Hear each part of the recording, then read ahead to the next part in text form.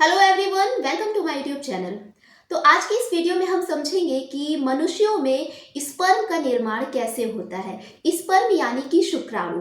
बात आती है कि ये स्पर्म बनते कहाँ हैं। तो समझिए, जो पुरुष होते हैं उनमें एब्डोमिनल कैविटी के नीचे एक पाउच होता है, एक थैली नुमा स्ट्रक्चर होता है जो कि डार्क कलर का होता है, जिसे कहते हैं हम स्क्रोटम। और इस स्क्रोटम में ही मौजूद होती हैं टेस्टीज जिन्हें हिंदी में वृषण बोलते हैं। और इन्हीं टेस्टीज में बनता है स्पर्म, यानी कि शुक्राणु का निर्माण इन्हीं टेस्टीज में ही होता है। तो ये इस डायग्राम में आप देख सकते हैं कि ये जो एक अंडाकार स्ट्रक्चर है, एक ग्लोबुलर स्ट्रक्चर है, जिसे कहते हैं हम टेस्टीज। अब देखिए, आपने कभी सोचा है कि जो पुरुष होते हैं तो उनमें ये पुरुषों के जैसे ही गुण क्यों होते हैं? कभी इस चीज को आपने सोचा है? तो समझिए, ये जो टेस्टिस होती हैं ये एक प्रकार का हार्मोन बनाती हैं, जिसे हम कहते हैं टेस्टोस्टेरोन हार्मोन। तो यही टेस्टोस्टेरोन हार्मोन जिम्मेदार होता है किसी भी पुरुष में उसके पुरुष के जैसे गुण होने के लिए। तो इसी टेस्टोस्टेरोन हार्मोन के ही कारण कोई भी पुरुष जो होता है वो पुरुष के जैसे ही बिहेव करता है। जैसे कि अगर कोई लड़का है तो उसका अगर सेक्स करने का मन होता है, कोई सेक्स करने की फीलिंग जो होती है, उसे हम बोलते हैं लिबिडो। क्या बोलेंगे? उसे हम बोलेंगे लिबिडो। ठीक है, जो सेक्स करने की जो इच्छा होती है उसे हम लिबिडो बोलते हैं। तो यहाँ हम बात कर रहे हैं स्पर्म के फॉर्मेशन की। तो देखिए, डायग्राम में ये क्या है? ये पेनिस है। पेनिस एकमात्र स्ट्रक्चर होता है जो कि एक सपोर्टिव स्ट्रक्चर होता है, सपोर्ट देने के लिए होता है। और जो टेस्टिस से जो स्पर्म बनता है तो वो इसी पेनिस के द्वारा बाहर आता है, यानी जो पेनिस होता है ये स्पर्म को बाहर निकालता है। ठीक है, तो हम बात करते हैं कि स्पर्म की। तो जो स्पर्म होगा ये टेस्टिस यानी कि वृषण में बनेगा। जो वृषण होता है यानी कि टेस्टिस, ये 2.5 सेंटीमीटर चौड़ा होता है, जबकि इसकी लंबाई की बात करें तो ये 5 सेंटीमीटर लंबा होता है। और ये टेस्टिस जो होती, इन टेस्टिस के अंदर बहुत सारी सेल्स मौजूद होती है, बहुत सारी कोशिकाएं होती हैं।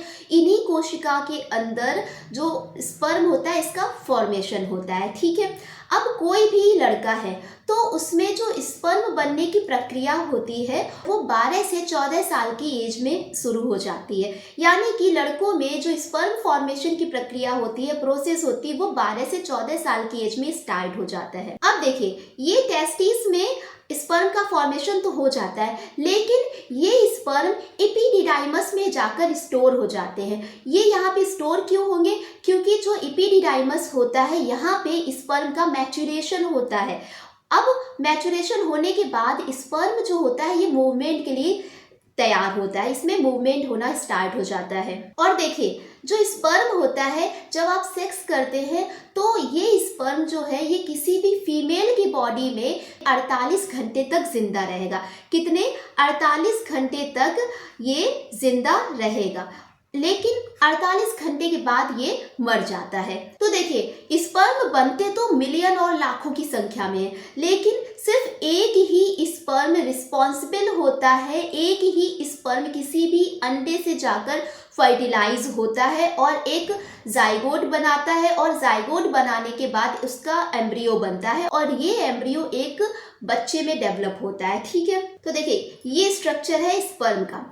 ये स्पर्म है। जो स्पर्म होता है इसमें 3 रीजन होते हैं। ये हेड रीजन है, ये नेक रीजन है, और ये लास्ट वाला ये टेल रीजन है। तो ये जो टेल होता है, इसी टेल यानी इसकी पूंछ, इस पूंछ के द्वारा ही जो स्पर्म होता है ये मूवमेंट करता है। जबकि जो हेड होता है, इसके हेड में मौजूद होता है एक्रोसोम। इस एक्रोसोम के कारण ही जो स्पर्म होता है ये किसी भी एग में एंटर कर पाता है। और इसके मिडिल पीस में माइटोकॉन्ड्रिया होती है जो कि स्पर्म को एनर्जी प्रोवाइड कराती है, जबकि जो टेल है ये इसके मूवमेंट के लिए रिस्पॉन्सिबल होता है। ठीक है, तो देखिए, जब स्पर्म एग से मिलता है तो ऐसे ही नहीं कि स्पर्म बने और जाके एग से फर्टिलाइज हो गए। इनको बहुत मशक्कत करनी पड़ती है, बहुत मेहनत करनी पड़ती है। अप्रॉक्स मतलब 7 घंटे के बाद, कड़ी मशक्कत के बाद जाकर ये एग से फर्टिलाइज हो पाते हैं। इसके बाद जाइगोट बनता है।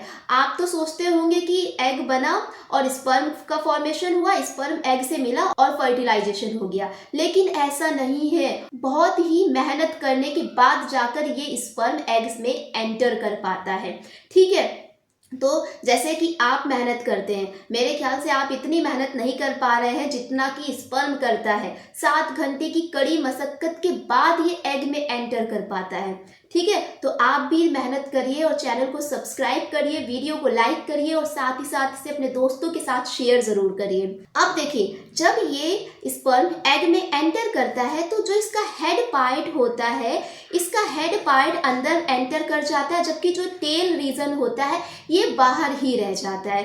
ठीक है, तो इस तरीके से जो स्पर्म है एग में एंटर कर जाता है और एंटर करने के बाद ये जाइगोट का निर्माण करता है और उससे एक बनता है एम्ब्रियो, और ये एम्ब्रियो यानी कि भ्रूण एक बच्चे के रूप में डेवलप होता है और 9 महीने के बाद ये बच्चा एक पूरी तरीके से कंप्लीट हो जाता है और इसका डिलीवरी हो जाती है। ठीक, तो देखिए ये एक समरी हो गई कि किस तरीके से स्पर्म बनता है, शुक्राणु बनता है। अब हम इसके स्टेप को समझेंगे कि किस तरीके से स्टेप वाइज स्टेप स्पर्म का फॉर्मेशन होता है और स्पर्म के फॉर्मेशन को हम क्या कहते हैं, गैमेटोजेनेसिस क्या होती है, इनको भी हम डिटेल में समझेंगे, जिससे कि आपके एग्जाम में अगर ये क्वेश्चन आता है तो आप बिल्कुल भी इसे मिस ना कर पाएं। ठीक है, बहुत ही ज्यादा इंपॉर्टेंट क्वेश्चन है ये। ठीक है, तो समझिए। Gametogenesis is the process of division of diploid cells to produce new haploid cells। मतलब कि इसमें डिप्लॉयड सेल्स का डिवीजन होता है और नई हैप्लॉयड सेल का निर्माण होता है। ठीक है, in human 2 different type of gametes are present, यानी कि मनुष्यों में 2 तरीके के युग्मक पाए जाते हैं। जैसे कि जो मेल होते हैं यानी पुरुष जो होते हैं उनमें स्पर्म पाया जाता है, जबकि जो फीमेल होती हैं उनमें ओवम पाया जाता है। अब जो शुक्राणु निर्माण की प्रोसेस होती है यानी स्पर्म फॉर्मेशन की प्रोसेस होती है उसे हम बोलते हैं स्पर्मेटोजेनेसिस, जबकि जो oogenesis होती है यानी कि ओवम फॉर्मेशन, मतलब कि एग के निर्माण की प्रक्रिया को हम oogenesis कहते हैं। ठीक, अब हम बात करेंगे स्पर्मेटोजेनेसिस यानी कि शुक्राणु जनन के बारे में। तो शुक्राणु जनन की प्रोसेस क्या होती है? Formation of sperms in testis of male is known as spermatogenesis, यानी कि नर के वृषण में शुक्राणुओं के निर्माण की जो प्रक्रिया होती है उसे ही हम कहते हैं शुक्राणु जनन। ठीक, This occurs primarily in the seminiferous tubules present in the testes। ये जो प्रोसेस होती है ये एक्चुअल में होती कहाँ पे है? ये टेस्टिस में जो सेमिनिफेरस ट्यूब्यूल्स होते हैं उनके अंदर ये प्रोसेस होती है। ठीक है, इस प्रोसेस में 2 स्टेप इन्वॉल्व होते हैं, जिनमें कि पहला स्टेप क्या होता है कि फॉर्मेशन ऑफ स्पर्मेटिड, जिसमें कि स्पर्मेटिड का निर्माण होता है, और दूसरी स्टेप जो होती है वो स्पर्म मेटामॉर्फोसिस होती है। मतलब जो स्पर्म बना उसमें मेटामॉर्फोसिस होगा, कुछ चेंजेस होंगे। ठीक है, जिसके कारण स्पर्म मूवेबल हो पाता है। ठीक है, अब इस स्पर्मेटोजेनेसिस में 3 फेजेस होती है। अब कौन कौन सी वो 3 फेजेस है उनको भी हम डिटेल में समझेंगे। तो पहली फेज होती है मल्टीप्लिकेशन फेज, सेकेंड फेज होती है ग्रोथ फेज यानी कि वृद्धि और परिपक्वता चरण, और तीसरा फेज जो होता है वो होता है मियोटिक फेज यानी कि अर्धसूत्री विभाजन चरण। ठीक है, तो इन सभी को हम स्टेप वाइज स्टेप समझेंगे। अगर आपने चैनल को सब्सक्राइब नहीं किया है तो चैनल को सब्सक्राइब जरूर कर लें और इसे ज्यादा से ज्यादा लोगों से शेयर जरूर करें। तो सबसे पहला फेज है मल्टीप्लिकेशन फेज यानी कि गुणन चरण। इस चरण में क्या होता है कि the germinal epithelium of seminiferous tubules produces primordial germ cell, यानी कि जो सेमिनिफेरस ट्यूब्यूल्स होती हैं जिन्हें हम बोलते हैं वीर्य नलिकाएं, इनमें जो जर्मिनल एपिथेलियम सेल्स होती हैं ये प्रीमोर्डियल सेल्स को प्रोड्यूस करती हैं। ठीक है, और ये जो प्रीमोर्डियल सेल्स होती हैं यानी कि जर्म सेल्स जो होती हैं इनमें मल्टीप्लिकेशन होता है और बहुत सारी संख्याओं में स्पर्मेटोगोनिया बनाती हैं। ठीक है, तो इस डायग्राम में आप देखिए कि जो जर्म सेल है उनमें डिवीजन हुआ, जर्म सेल में डिवीजन होने के बाद बनती है स्पर्मेटोगोनिया। इन स्पर्मेटोगोनिया में माइटोसिस होता है, डिफरेंशिएशन होता है, इसके बाद प्राइमरी स्पर्मेटोसाइट्स बनता है।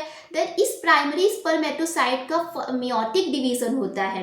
जब इसमें फर्स्ट मियोटिक डिवीजन होगा तो सेकेंडरी स्पर्मेटोसाइट बनेगा, इसके बाद फिर से इसका डिवीजन होगा। इस डिवीजन के बाद स्पर्मेटिड्स बनेंगे और इन स्पर्मेटिड के बनने के बाद इनमें मेटामॉर्फोसिस होती है। मेटामॉर्फोसिस के होने के बाद ही स्पर्म में कुछ चेंजेस आते हैं जिसके कारण ये स्पर्म मूवेबल हो जाता है और इसको हम फिर स्पर्मेटाजोआ बोलते हैं। तो सेकेंड फेज है ग्रोथ फेज।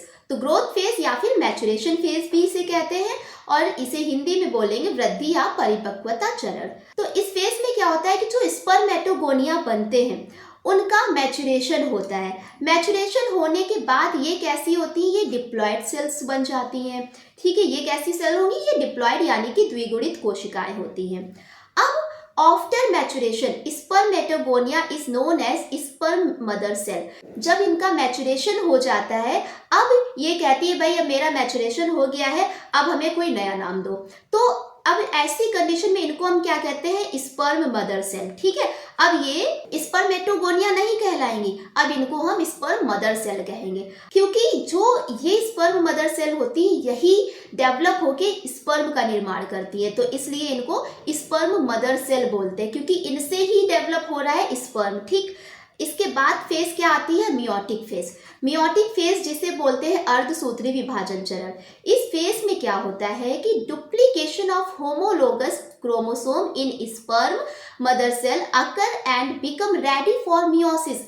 यानी कि जो स्पर्म मदर सेल होती हैं इनमें जो क्रोमोसोम होते हैं ये डुप्लीकेट हो जाते हैं। ठीक है, डुप्लीकेट होने के बाद इनमें मियोटिक डिवीजन होता है। ठीक है, क्या होगा, इनमें मियोटिक डिवीजन होगा। अब मियोटिक डिवीजन होने के बाद क्या होता है, इसमें फर्स्ट मियोटिक डिवीजन होगा। डायग्राम में देखिए कि ये प्राइमरी स्पर्मेटोसाइट्स है, इनमें फर्स्ट मियोटिक डिवीजन हुआ, ये क्रोमोसोम है। ठीक है, इनका डुप्लीकेशन हो गया। अब ये सेकेंडरी स्पर्मेटोसाइट्स बना लेते हैं। ठीक है, क्या बना लेंगे, ये सेकेंडरी स्पर्मेटोसाइट्स बना लेंगे। जब इनमें मियोटिक डिवीजन होता है, फर्स्ट मियोटिक डिवीजन होता है यानी कि प्रथम अर्धसूत्री विभाजन होता है, तो ये होमोलोगस क्रोमोसोम जो होते हैं ये अपने पेरेंट सेल से अलग हो जाते हैं। ठीक है, ये अपने पेरेंट सेल से अलग हो जाते हैं। इसके बाद होता क्या है, फिर सेकेंड मियोटिक डिवीजन होता है। जब इसमें सेकेंड मियोटिक डिवीजन होता है तो इसमें 4 हैप्लॉइड सेकेंडरी स्पर्मेटोसाइट्स बनते हैं, यानी कि 4 अगुणित द्वितीयक शुक्राणु कोशिकाएं बनती हैं। ठीक है, और अब इन्हें हम क्या कहेंगे, अब इनको हम कहते हैं स्पर्मेटिड्स। यानी कि ये जो सेकेंडरी स्पर्मेटोसाइट्स होते हैं इनका जब मैचुरेशन हो जाता है, ये जब मैच्योर हो जाते हैं तब इनको हम कहते हैं स्पर्मेटिड्स। ठीक है, अब स्पर्मेटिड्स बनने के बाद क्या होता है, इनमें मेटामॉर्फोसिस होती है, कुछ चेंजेस आते हैं। अब चेंजेस होने के बाद, मेटामॉर्फोसिस होने के बाद इनको हम बोलते हैं स्पर्मेटोजोआ यानी कि स्पर्म। ठीक है, तो इस तरीके से स्पर्म का निर्माण होता है स्टेप बाय स्टेप। तो आई होप ये चीज़ें आपको समझ में आई होंगी और कि स्पर्म कैसे बनता है, किस तरीके से उसमें मूवमेंट होता है, कैसे स्टेप बाय स्टेप उसमें प्रोसेस होती है, कैसे फर्स्ट मियोटिक डिवीजन हुआ, कैसे सेकेंड मियोटिक डिवीजन हुआ, कैसे मेटामॉर्फोसिस हुआ। ओवरऑल आपको सारी चीज़ें समझ में आई होंगी।